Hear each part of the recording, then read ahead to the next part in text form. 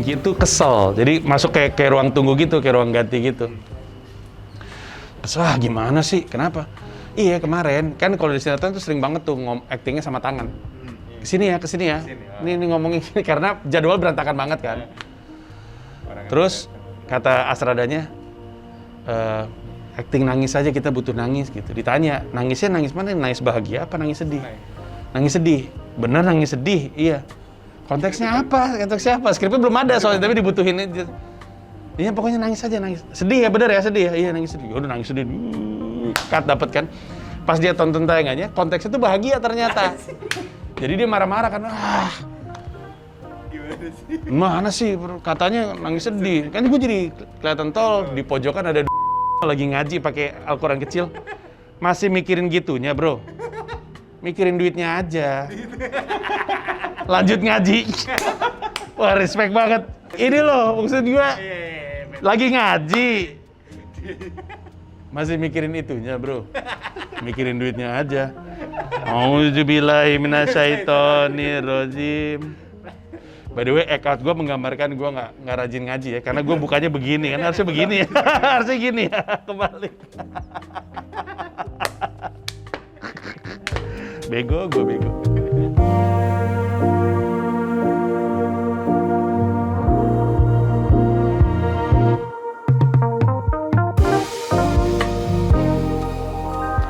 Selamat datang di Weekly Vlog 0044. Gua saat ini sedang ada di Third Eye Space untuk menemani Gamila yang lagi photoshoot dan syuting video klip untuk singlenya dia yang judulnya gue nggak tahu udah boleh diumumin atau enggak, tapi yang pasti bagian dari album ketiganya Gamila.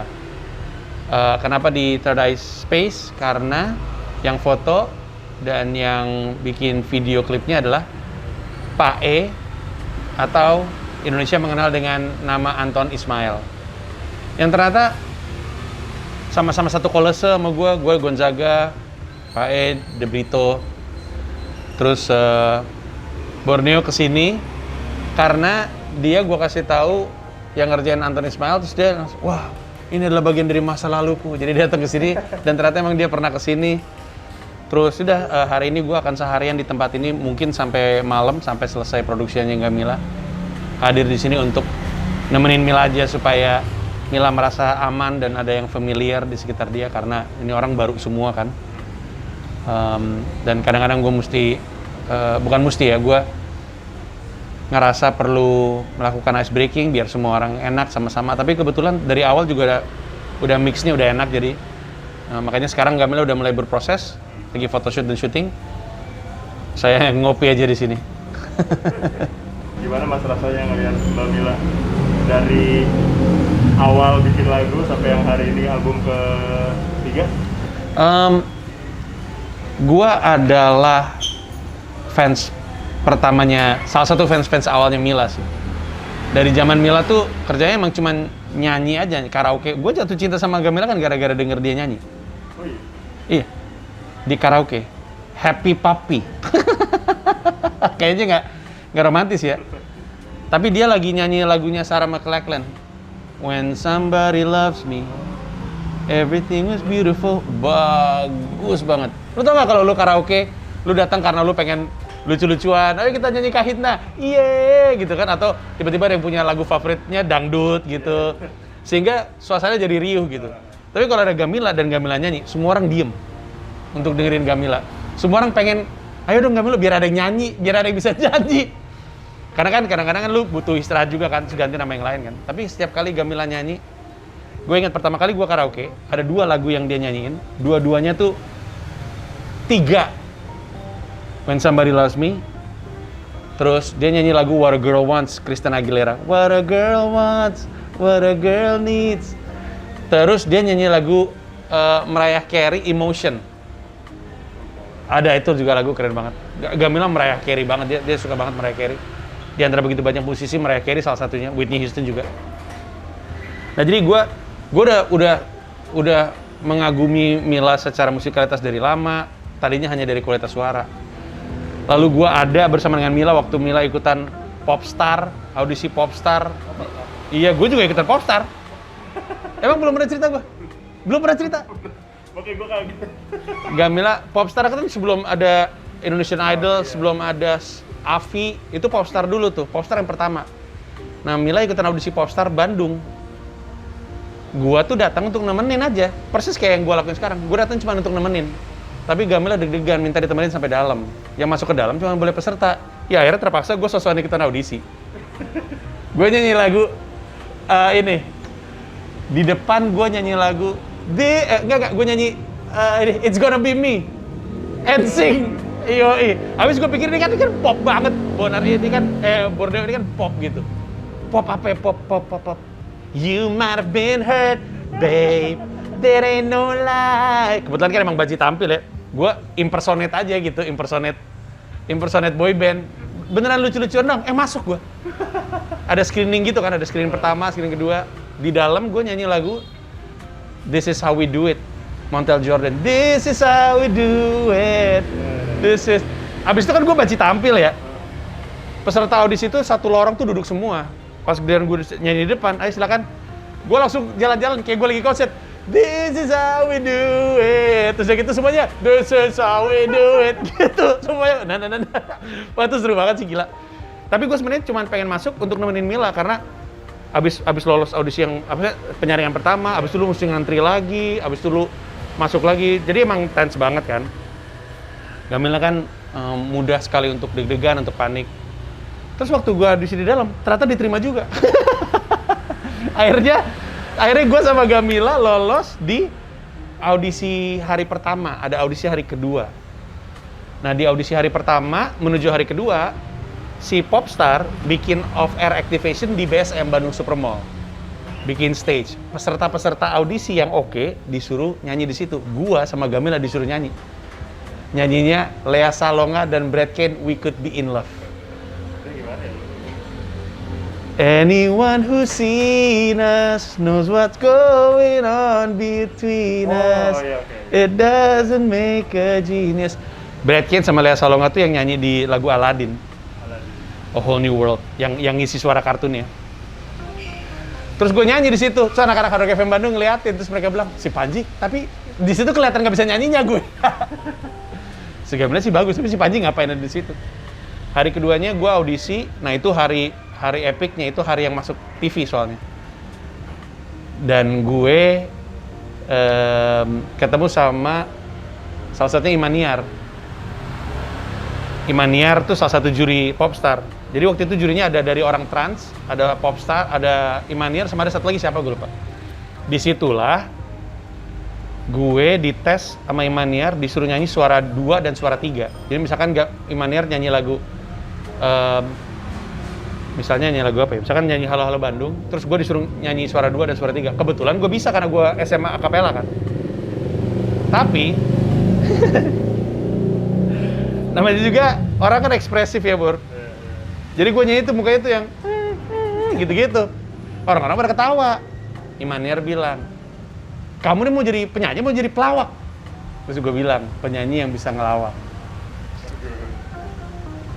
Jadi pelawak. Udah, dan itu tayang di TV. Itu masuk di TV. Nah, jadi udah ikutan nemenin Mila di situ. Akhirnya gue juga yang bantu produce album pertama, Gamila FM. Gue suka banget sama lagu-lagunya.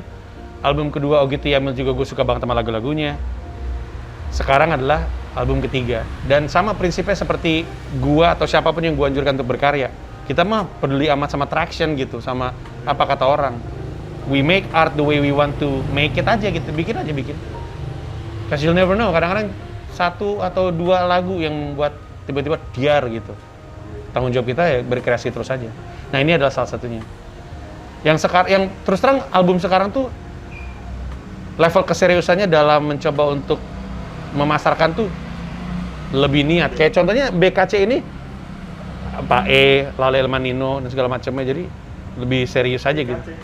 BKC, judulnya Balada Kaum Cembokur. Judul lagunya. Sebut. Oh iya. Ya udah, itu judul lagunya. Enggak, tapi ngelihat tadi gue sempat ngelihat kayak Mas Panji di pojokan ngeliatin Mbak Mila tuh kayak gimana? Gitu. Gue cuman Menurut gue Gamila cute aja gitu. Gue suka pertama gue suka konsep lagunya BKC.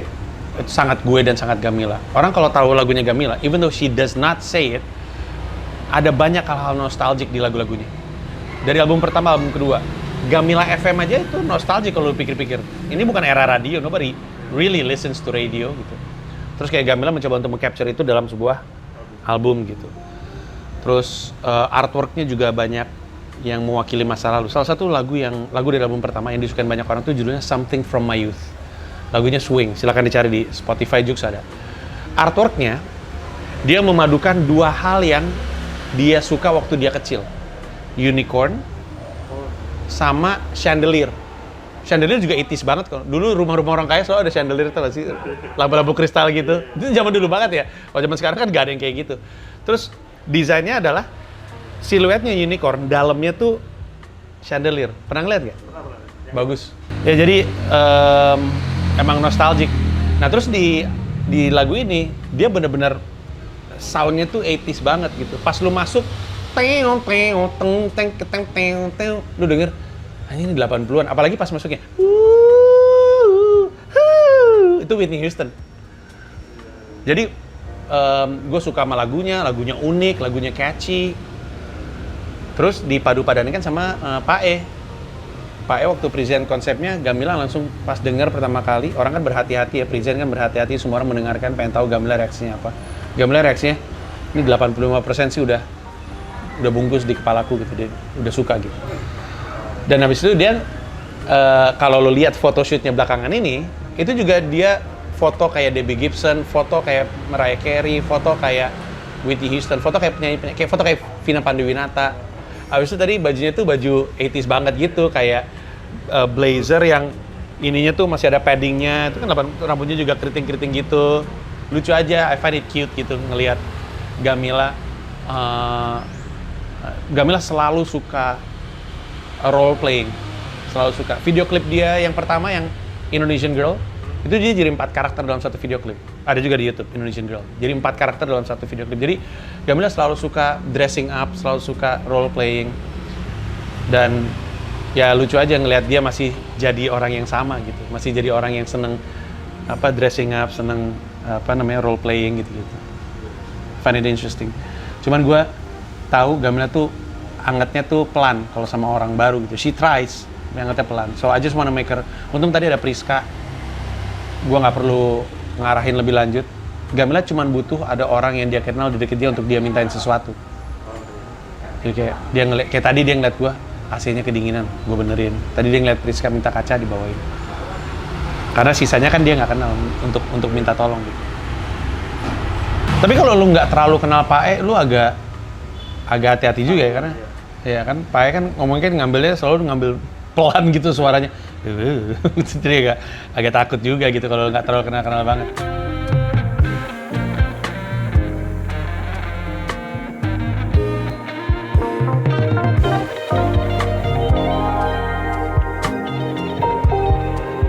Jadi gua atau siapapun harus nemu cara untuk just do your job first and then feel about it.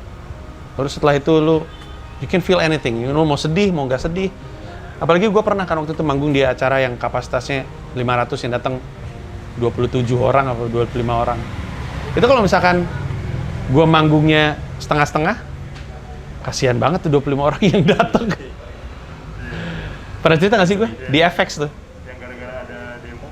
Bukan, ulang tahun Partai Demokrat. Penuh banget. Senayan ya? Gue di FX, iya bener, gue di FX. Temen gue masih jadi orang PR-nya FX. Terus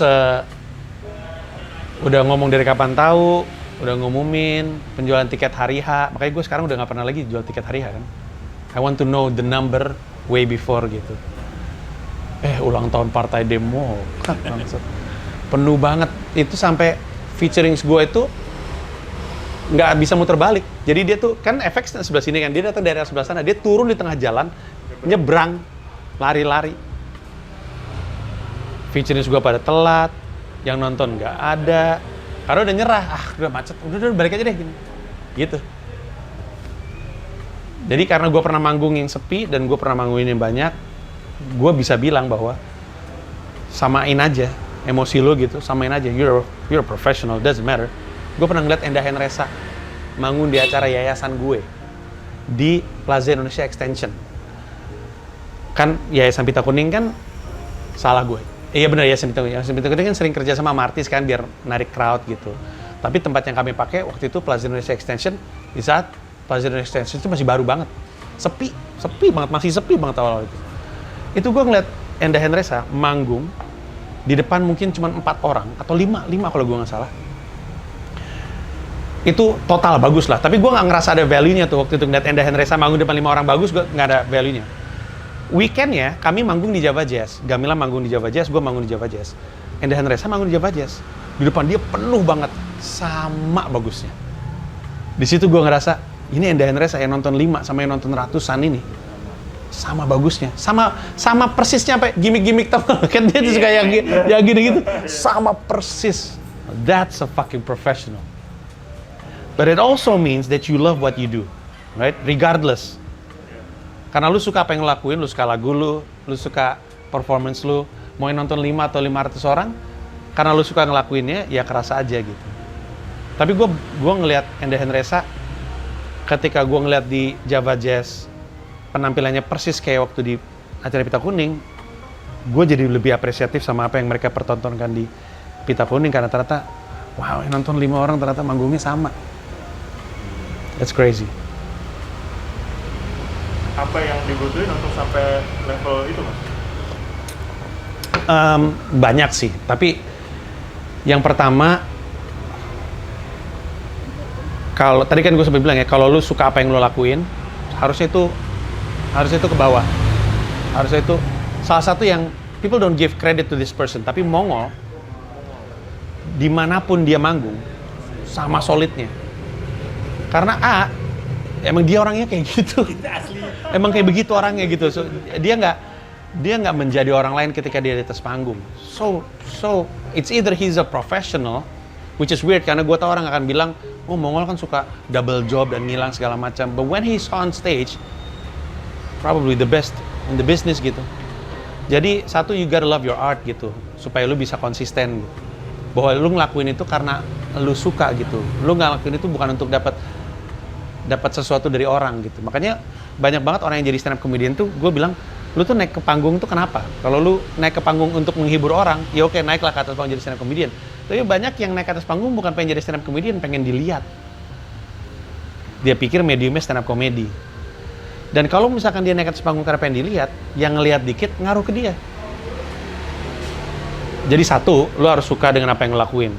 Yang kedua, ya lu mesti disiplin, harus jadi profesional gitu.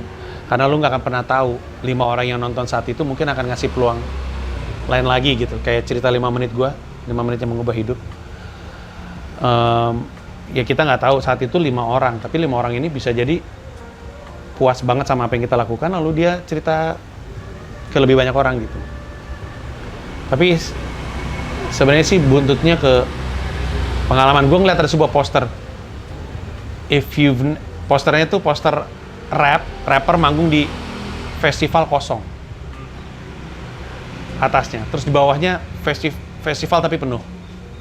Terus tulisannya, if you never felt this, yang kosong, you'll never appreciate this. You'll never be able to appreciate this. Jadi kalau lu nggak pernah manggung di tempat yang kosong, lu nggak bisa benar-benar mengapresiasi ketika penuh gitu. Dan di hip hop, funnily enough, di hip hop itu gue ngerasain itu karena gue pernah manggung di tempat yang kosong, benar-benar kosong. Sama gue pernah manggung di Soul Nation yang penuh banget.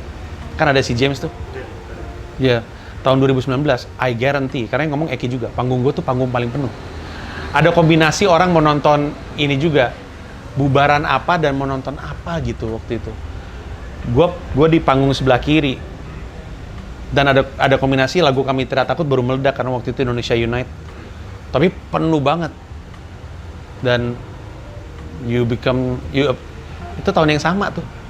Tahun yang sama, lagu Kami Tidak Takut tuh tahun yang sama dengan Demokrat. Jadi di tahun yang sama, Aprilnya panggung gue kosong, Oktobernya Soul Nation kan selalu Agustus, September, Oktober, Soul Nation penuh. Jadi dalam satu tahun yang sama, gue ketemu panggung kosong tapi ketemu panggung penuh. And then you learn to appreciate that. Tapi terlepas dari itu semua, orang yang ada di FX waktu itu orang yang akan ketemu nanti pas kita latihan nggak? Untuk latihan di belakang. Iya. Iya. Iya. Lo akan ketemu sama beberapa orang di Flaps. Gamila ada latihan juga kan, harusnya kan hari Rabu dia latihan loh. Orang-orang itu ada di situ. Lo bisa tanya. Panji pernah cerita pernah manggung di FX kosong. Iya. Ada Ape, ada Kitut, ada Asdut. Asdut yang paling konsisten main sama gue. Namanya Panji Akbari. Cuman gue panggil dia Asdut. Asta Gendut. Karena main gitarnya dulu dia treo. Tahu kan lagunya? Kurasa ku telah jatuh. Wih, gokil Asta Gendut, Asdut. Sampai sekarang gue panggil dia Asdut. Ada ya saksi matanya Ada, lu bisa tanya sama mereka. Itu ya, manggung di FX itu proper banget kalau dipikir-pikir. Sponsornya Guess dan Banana Republic. Ganti baju loh. 2 set, jadi baju pertama baju ini, baju kedua baju ini, gokil. Yang nonton 25 orang. Gila banget. Nah, yang kayak gitu-gitu pasti tentu mengganggu psikologis lo ketika mau manggung kan sebenarnya. Iya sebenarnya. Tapi gue nggak boleh membiarkan itu. Tau gak sih? Nggak boleh membiarkan itu mengganggu kepala gue. Karena kasihan yang datang. Berarti dasarnya memang karena respect sama pengorbanan orang yang mau datang gitu. Iya. Coba lu pikir baik-baik. Kalau begitu banyak orang nggak bisa datang karena macetnya itu, tapi kemudian ada yang ada di situ, kan lu mulai mikir kan, ini orang mengorbankan apa nih untuk bisa tetap ada di situ. Dan beberapa di antara mereka sampai sekarang masih jadi penikmat karya gue. Masih komunikasi sampai sekarang, masih berteman sampai sekarang. It's crazy, think about it. Jadi, ini kan tempat namanya Third Eye Space. Ya. Secara nama dan terutama secara konsep, itu sangat mengingatkan gue sama markas Comika dan Comika Space. Jadi ini kan baru pertama kali kesini, kebetulan Borneo emang udah sering kesini. Ini sebuah bangunan, kalau dihitung berapa lantainya mungkin rada bingung, tapi setiap lantainya itu kelihatannya didedikasikan untuk berkarya. Tempat yang tadi kita lihat tuh sebenarnya tadinya studio 1. Terus dijadiin tempat untuk ngajar, tapi juga studio foto awalnya. Terus sekarang dipakai untuk makan, untuk kafe. Terus ini juga studio. Terus ada banyak tempat-tempat yang kalau kita lihat kayaknya kita bisa ngelakuin sesuatu di situ deh. Itu tuh sebenarnya tuh spiritnya markas Comika gitu. Kan gue selalu bilang markas Comika tuh bukan kantor, tapi tempat untuk mencipta gitu. Dan ini kelihatan seperti hal tersebut. Secara kesenian sih ini tempat sangat artsy ya. Kita bisa nilai itu. Tapi gua rasa secara konsep nggak terlalu jauh karena cita-citanya tuh setiap lantai markas Comika tuh adalah tempat mencipta. Di luar bahwa lantai dasarnya, lantai 1 tuh ada podcast. Terus lantai 2-nya itu adalah studio, markas studionya Comika Space. Tapi sebenarnya ketika dia udah final ya, full plan ya, ini kan masih setengah nih yang dijalani sama Genis yang sekarang. Itu sebenarnya kita bisa bikin apapun dimanapun. Semuanya itu backdrop. Kayak ini kalau kita kemanapun, ngelihat kemana bisa jadi backdrop sesuatu. Seperti yang sekarang sedang terjadi. Nah itu cita-citanya sama. Jadi menarik sekali. Katanya di atas juga ada rooftop. Ya ada rooftop ya.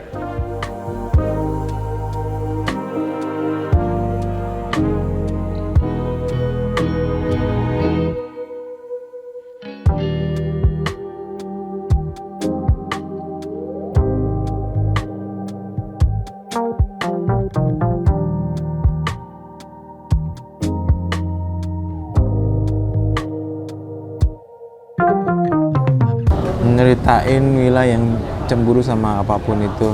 Ada kantong, ada sisir, ada apa lagi ya, semua dicemburuin. Cewek itu kan nggak jelas ya, sendal yang gue pakai aja dicemburuin, sendal yang lakinya pakai aja cemburuin. Ya macam-macam kan yang nggak jelas kan cewek. Jadi ini adalah sebuah penggambaran lagu tentang kecemburuan seorang wanita yang diwakili oleh Gamila. Dan apa ya, kita pengen buat ini seperti look tahun 80. Gue sih suka konsepnya banget. Konsep apa ya, konsep makeupnya ya. Ya makeup siapa sih? Gue nggak tahu kan. Nggak tahu ya. Bagus banget mbak itu makeupnya kayak apa. Dan Gamila berani ya kayak rambutnya dikeritingin. Yang gue yakin dia belum pernah membuat rambutnya kayak gitu sama makeupnya kayak gitu, tapi dia cukup berani dan dia cukup menjiwai perannya itu ya, walaupun tadi ya sempat asam lambung lah kayak gitu, tapi biasa ya. Semoga sukses Gamila dan apa, semoga bisa menebar kebaikan lagi. Oke, sehat selalu. Kabarnya Pak lagi sakit hari ini Pak. Baru sakit ya, Kenapa tuh, Pak? habis booster vaksin kemarin. Gila apa, gila banget sih, kayak greges sama, lo tau kan kalau misalkan flu itu tiap sendinya itu kayak sakit banget. Dan apa, kalau mau gerak sedikit tuh sakit banget, tapi ya kalau nggak kerja kok didiemin cuma sakit kayak gitu doang, cemen sih. Kan selama infus belum ditancepin di tangan gua, sikat deh. Iya. Tapi dengar-dengar nggak ada referensi hari ini Pak. Maksudnya emang murni dari Pak E aja gitu. Apanya? Konsep hari ini gitu.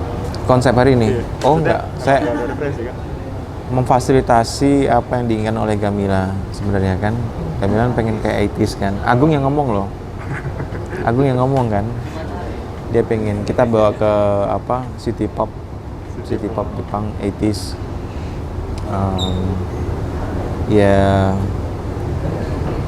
itu kita akan bawa ke arah tahun 80-an dengan warna-warnanya, dengan apa, dengan style bajunya, makeupnya, dengan gaya-gaya apa, dance-nya. Ya, habis ini kita akan memakai banyak apa, bantuan grafik, tapi dilakukan seanalog mungkin. Seanalog. Iya. Beberapa karya terakhir Pak E, maksudnya video klip ya. Itu kan lagi banyak banget pakai nuansa yang apa ya, yang berantakan gitu Pak E. Emang sengaja Pak E mau ciptain kayak statement gitu, ini lo style gue, atau emang karena kebutuhan mereka aja? Ini ya, gue kemarin baru ngomong ke diri gue sendiri bahwa kenapa ya kok gue tuh identik dengan chaos. Sebenarnya bukan chaos, tapi kayak gue mencari manusia gini loh. Saya bisa mengontrol sebuah gambar, bisa, tetapi pada saat saya tidak mengontrol, tujuan saya itu adalah menemukan hal baru. Pada saat saya tidak sadar, saya akan menemukan hal baru di dalam gambar, kemudian di dalam gerak, di dalam mood, semuanya. Ya, kalau saya sebagai seorang yang sudah mempunyai teknis fotografi dan videografi, pastinya apa ya, seharusnya bisa mengatur semua itu dengan rapih. Tetapi bukan masalah karya gua nggak rapih, tapi kayak sebenarnya pada saat gua berkarya itu adalah, contohnya kayak gue kalau melukis, ya gue menggoreskan saja, menggerakkan tangan gue aja. Karena dari situ gue akan menemukan hal baru, itu aja. Nah, gue mengharapkan menemukan hal baru di dalam setiap karya gue, itu aja. Jadi sebenarnya agak eksperimental di setiap karya yang Pak E mau ceritain ya? Iya, dan terima kasih udah mau bereksperimental dengan gue, dengan ketidakjelasan gue. Tapi bisa dikontrol, bisa tetap terkontrol. Nah terus itu Pak E, kalau misalnya, ini nggak tahu ya, gue kan belum pernah lihat lagi karya yang Pak E kerjain selain kayak kemarin sama Marian Jola, Iya, ada. Terus sebelum-sebelumnya sama Diskoria. Iya. Di luar itu Pak E tuh masih nerima ini nggak sih, konsep yang ini loh Pak E, saya maunya cuma kayak gini gitu, tapi saya mau yang ngerjain Pak E doang gitu. Sebisa mungkin tidak. Sebisa mungkin, jadi kayak gini, tergantung. Tapi kalau misalkan itu teman susah ya. Maksudnya kayak kadang kan sekarang kan apa ya, kita dihadapkan pada satu keadaan-keadaan di mana pergerakannya cepat, harus cepat kayak gitu, ya kan? Tanpa persiapan yang baik kayak gitu kan.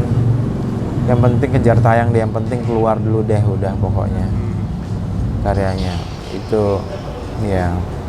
Saya menghindari. Gue dilema, tetapi sebisa mungkin bagaimana gini loh, sebuah karya itu bukan berarti ya apa ya, gue punya karya-karya yang biasa juga kok gitu loh. Karena gue melihat karya itu bukan oh harus bagus, kayak karya itu hadir dalam keadaan-keadaan dan kondisi-kondisi tertentu. Ya. Tapi memang apa ya, kayaknya gue harus lebih selektif lagi di dalam membantu orang. Jangan sampai itu apa ya, malah membuat dia kecewa, itu aja sih. Ya walaupun dia nggak kecewa tapi kayak apa ya, kok cuman maunya gitu aja, tapi kayak tanggung jawab saya di mana kayak gitu. Siapapun mau ngerjain hal yang dengan semuanya mepet nggak akan bisa baik. Ini gue nanya karena mau penasaran aja ya. Gue bener-bener belum pernah lihat interview Pak E lain soal yang mau gue tanyain. Apa? Dunia foto dan dunia video udah nggak sebegitu menarik lagi buat Pak E apa gimana? Sehingga Pak E memilih melukis untuk, maksudnya medium lain gitu, untuk mencurahkan semua isi kepala Pak E. Gue masih tertarik dunia video sama foto. Selama itu tentang penggalian cerita-cerita yang cukup apa ya, insightful. Ya, jadi makanya gue baru pengen bangun YouTube itu kan, kayak ya tentunya dengan kemampuan fotografi sama videografi yang gue miliki dengan keterbatasan tim yang ada, ya bagaimana itu tetap jalan kayak gitu loh. Dan media untuk gue kan bukan hanya video dan fotografi, media untuk gue tuh macam-macam. Mau masakan juga media untuk gue. Enak Itu lagi. aja sih. Iya, masakan, kemudian melukis, memotret, video, anything. Even buat warung kopi itu media gue juga sih. Itu aja sih. Ya. Udah mulai tuh Pak E? Oke ya.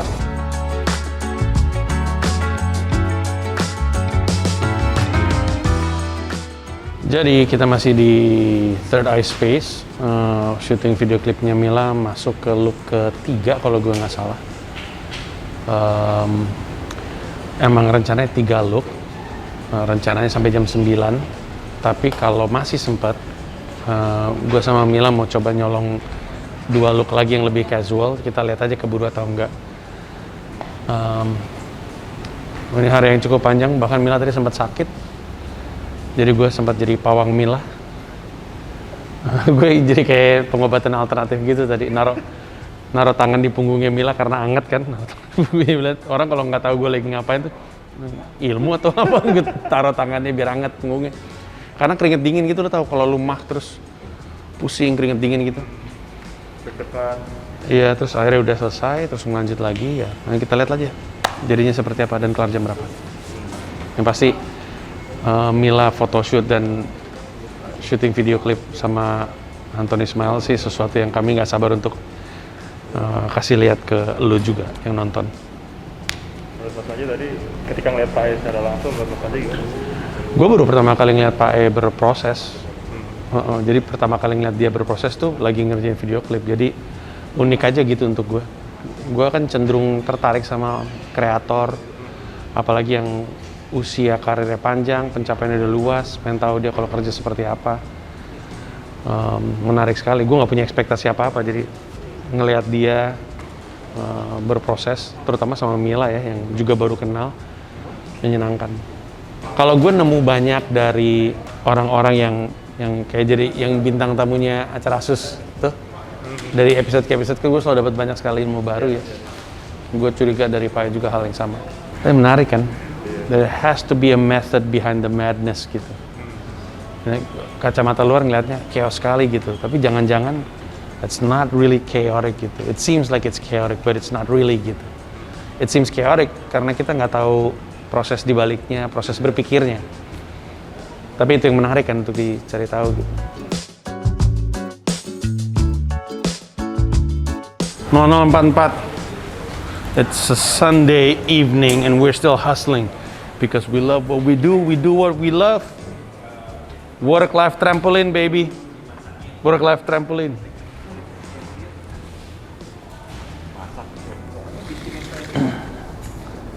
Oke. Good. 9. Lo energi lo dari mana sih? Sabu. Kan tadi dibahas dodol sama apa? Dodol mah buat lemas. Oke, terima kasih banyak. Hari ini selesai, saatnya kita pulang. Dan besok kita ada kegiatan lagi. Besok apa ya? Besok apa sih? Pembicara ya? Pembicara, Tor? Ya. Pembicara soal pendidikan. Hah? Saya udah say goodbye sih, nggak usah katas lagi ya? Nggak usah lah, udah pamit-pamit kan? Oke.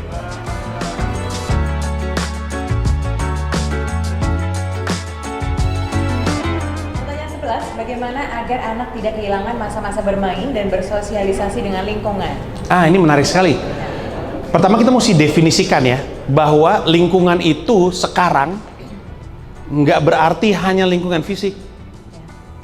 Jadi, abis kita suka ngebandingin kayak orang zaman dulu, kayak gini ya. Anak-anak zaman sekarang matanya di gadget mulu. Mereka lupa, sebelum ada gadget, orang-orang di kereta juga matanya di koran. Bener nggak?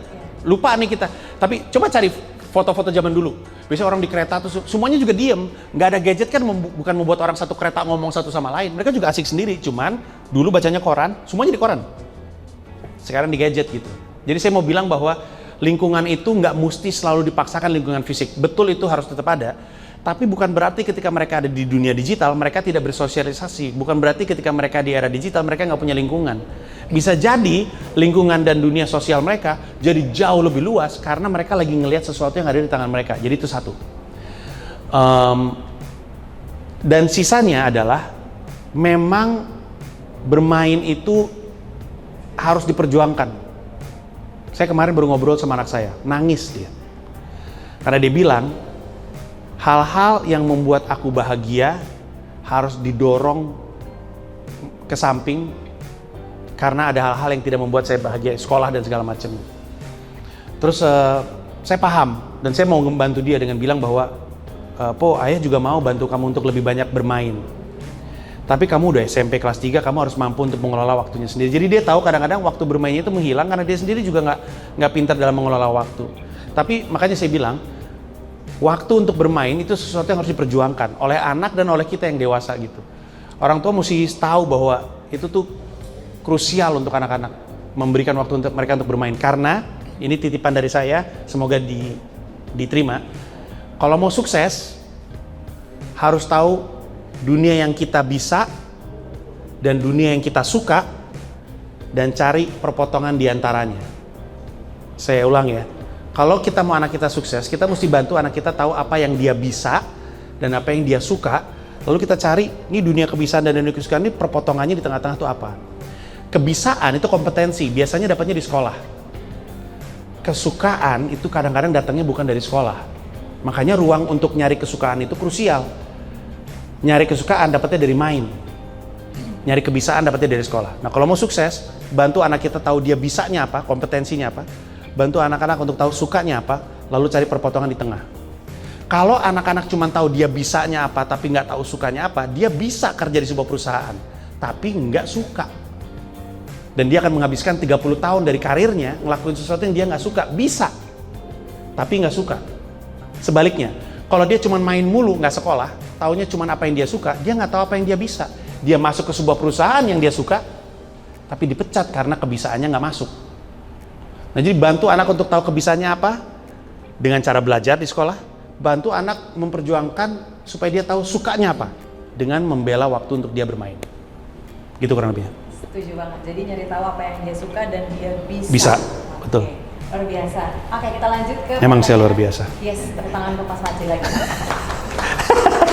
Saya di sini mencari tepuk tangan aja kayaknya nih. Biar besok kepanggil lagi. Iya boleh.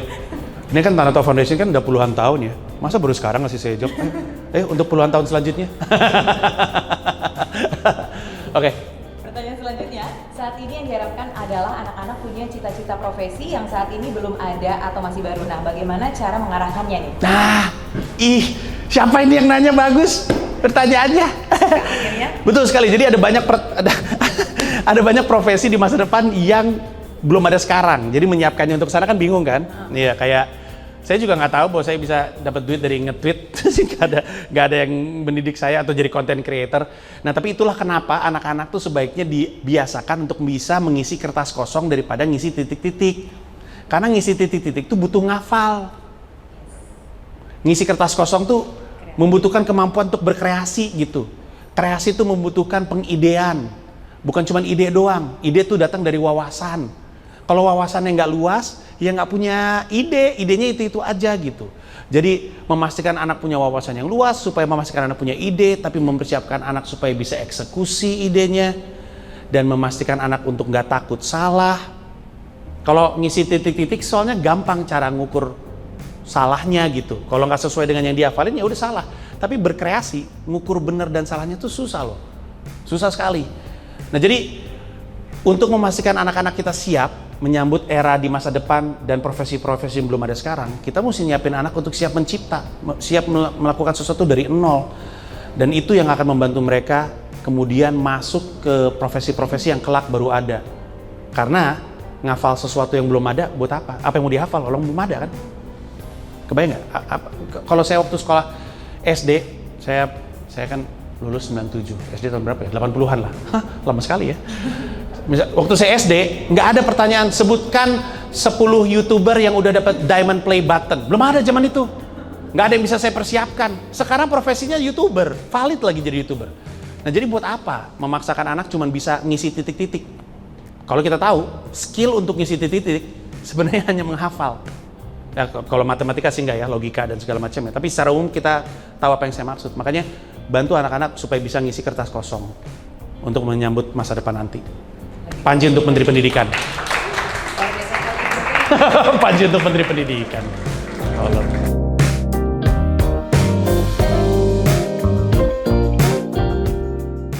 Jadi sudah selesai pekerjaan di Tanato Foundation, jadi pembicara di hadapan nggak tahu berapa banyak guru, ratusan mungkin guru, mungkin ribuan. Ngomongin soal beradaptasi di dunia pendidikan. Tapi sebenarnya momen terbaiknya buat gue adalah ketika duduk di ruang tunggu. Biasanya kalau misalkan jadi pembicara sebuah perusahaan, di ruang tunggu tuh suka disamperin sama bosnya, sama pejabat-pejabatnya. Dan biasanya ngobrol-ngobrol basa-basi, ina-inu. Tapi tadi mata gue nyala sendiri ketika mereka udah mulai ngomongin soal pendidikan. Kebetulan ada banyak keresahan terkait itu. Jadi ada yang gue ingin tahu juga kalau dari sudut pandang mereka seperti apa.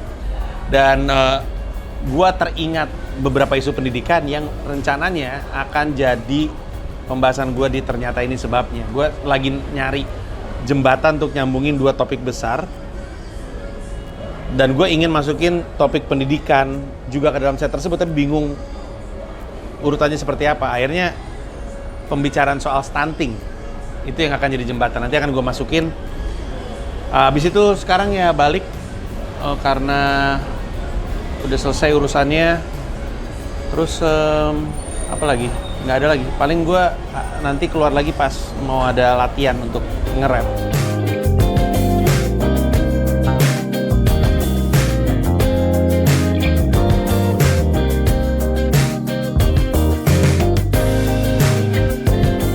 Habis itu dengan tenang. Habis itu alegori. Medley dengan aksi massa. Nggak berhenti. Menoleh dulu baru lagu Melayu. Tadadadadada, hey! What's up? 0044 Weekly Vlog. Ini adalah kegiatan gua yang tidak pernah lu tonton sebelumnya, yaitu nge-rap. Karena ternyata masih ada yang nanggap gua di dunia hip hop festival. Cause I am hip hop. Hip hop is me.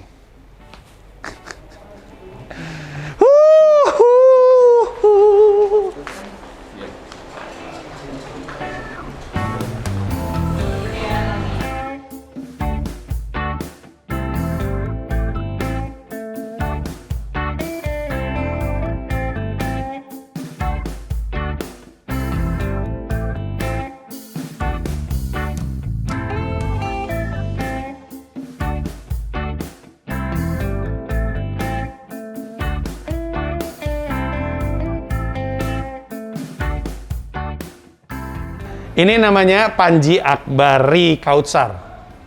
Dia ini dia adalah orang dari awal. Ya, lu sama Kitut ya? Iya. Dari awal main sama gue. Orang dari awal. Ini Rifka baru gabung di Soul Nation. Soul Nation 2 tuh 2000 berapa ya? 2009, 2000 pokoknya. Iya kan? 2010, dia 2010. 2009 gue Soul Nation, 2008 juga gue Soul Nation. Berarti 2008 sama Kitut ya? Iya. Gua udah bareng Doni. 2009 sama Doni sama Kitut? Gua nggak pernah sama Kitut. Main dulu. Oh, berarti Kitut 2 kali Soul Nation. Nah, Soul Nation 2, Asdut, lu inget kan Soul Nation 2 kan 2009 tuh yang kita panggungnya penuh banget, yang ada Endah, ada Abdi. Itu kan penuh banget tuh. Di tahun yang sama kan yang kejadian kita di FX. Itu tahun yang sama tuh. Yang sepi. Yang melingkar itu. Jadi waktu itu kami pernah manggung, paling niat bajunya dari Banana Republic. Pokoknya dari sponsor gitulah. Terus manggungnya di The Cone FX karena berpikir yang nonton bakal ratusan. Yang datang 12. Iya. Bener gak? Kata siapa yang waktu itu ngomong, anjing gua habis main kok nggak keringet ya? Itu siapa yang ngomongnya? Ya, tapi dia ingat sepinya, harusnya kita tuh dikelilingin. Gua nggak ingat soalnya tiap kali gua main sama lo udah rame, karena udah gua kali itu.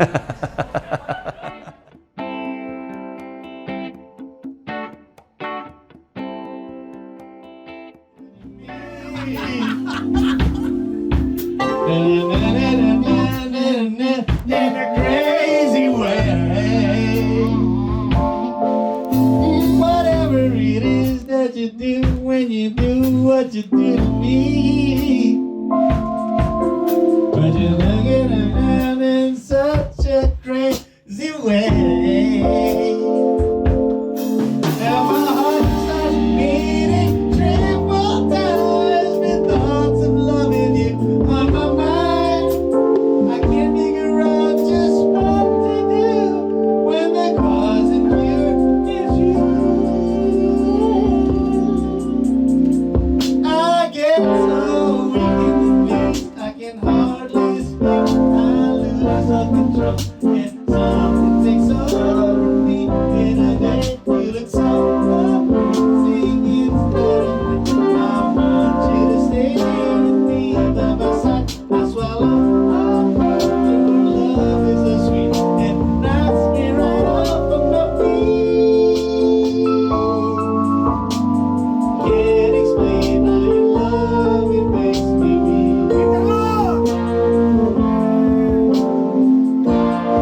I try hard to fight it. No way can I deny it.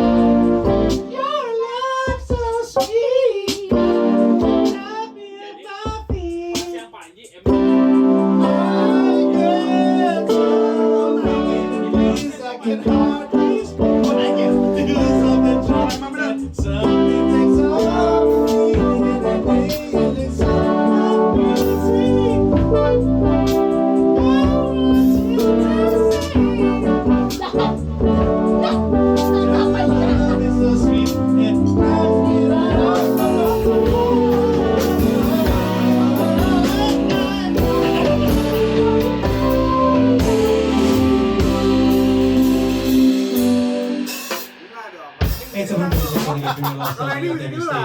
Sebelum kita dengan Week Nggak ada sih. juga sempat dibawakan sama Iya tuh. Jangan buatku berpaling menjadi cinta yang lain. Iya, mencari. Itu kan Lale yang mainin kan? Iya. Nice. Oke, sekarang kita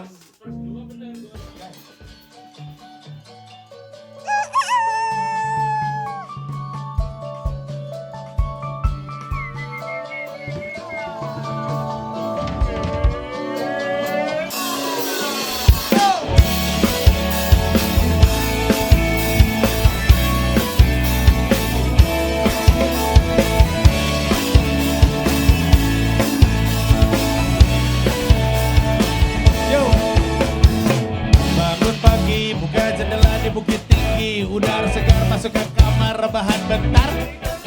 Atau nih kau berbagi-bagi, lihat sunrise di Borobudur asik sendiri. Atau ke Kupang menatap pantai bersantai kita sambil mengopi. Pernahkah kau sendiri di pantai sama Lona Makassar? Atau ke Belitung lalu ke pantai foto-foto di depan batu yang besar? Atau Manado di bulan Juli kekayaan lautnya lebih Bali. Di pantai Pulau Sungadem menatap Manado tua terasa keren. Main bola dengan pemuda di desa Sumberjo Lampung Utara. Atau main basket dengan penuh gaya di stadion di Bilaren Surabaya. Dimanapun kita berada, selama berdiri di Indonesia, harus bangga, harus berkarya semua. Let's go, jalan-jalan ke pasar ketemu Mbak Ayu, duduk bersamanya dan minum-minum jamu. Jangan pernah malu punya darah Melayu, karena itu kekayaan milik bangsamu. Jalan-jalan ke pasar ketemu Mbak Ayu, duduk bersamanya dan minum-minum jamu. Jangan pernah malu punya darah Melayu, karena itu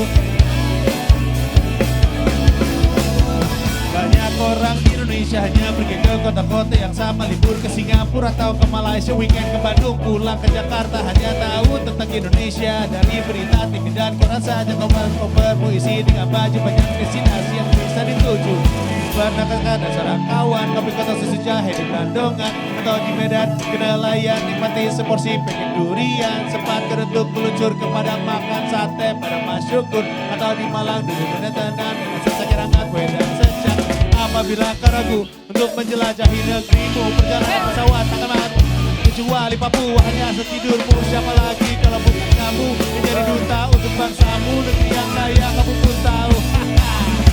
Jalan-jalan ke pasar ketemu, duduk bersamanya dan minum-minumnya. Jangan pernah malu punya darah, karena itu kekayaan milik bangsamu. Jalan-jalan ke pasar ketemu Mbak Ayu, duduk bersamanya dan minum-minum jamu. Jangan pernah malu punya darah Melayu, karena itu kekayaan milik bangsamu.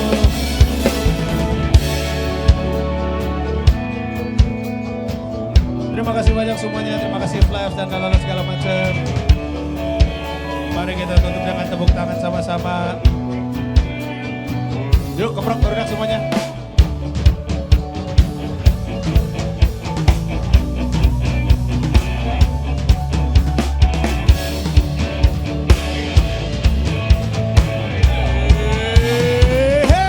Jalan-jalan ke pasar ketemu Mbak Ayu, duduk bersamanya dan minum-minum jamu. Jangan pernah malu punya darah Melayu, karena itu kekayaan milik bangsamu.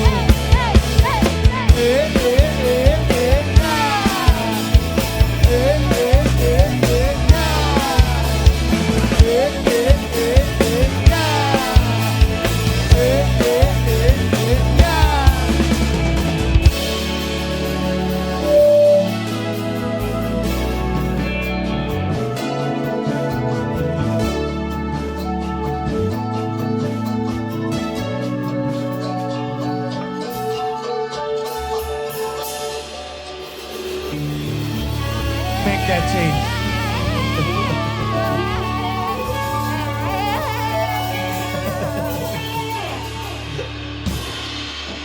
Thank you. I love you. Make that change. Make that change. Terima kasih udah nonton video ini dan juga terima kasih udah subscribe kanal YouTube gua. Gua mau ngasih tahu bahwa gua membuka YouTube membership dan ada 3 jenis penawaran. Ada 1 paham Rp30.000, ada 1 rasa Rp125.000, ada 1 jiwa Rp1,5 juta. Masing-masing punya manfaat-manfaat tersendiri. Ada konten-konten khusus yang gue siapkan untuk para member. Kalau tertarik silahkan mampir ke home, klik join.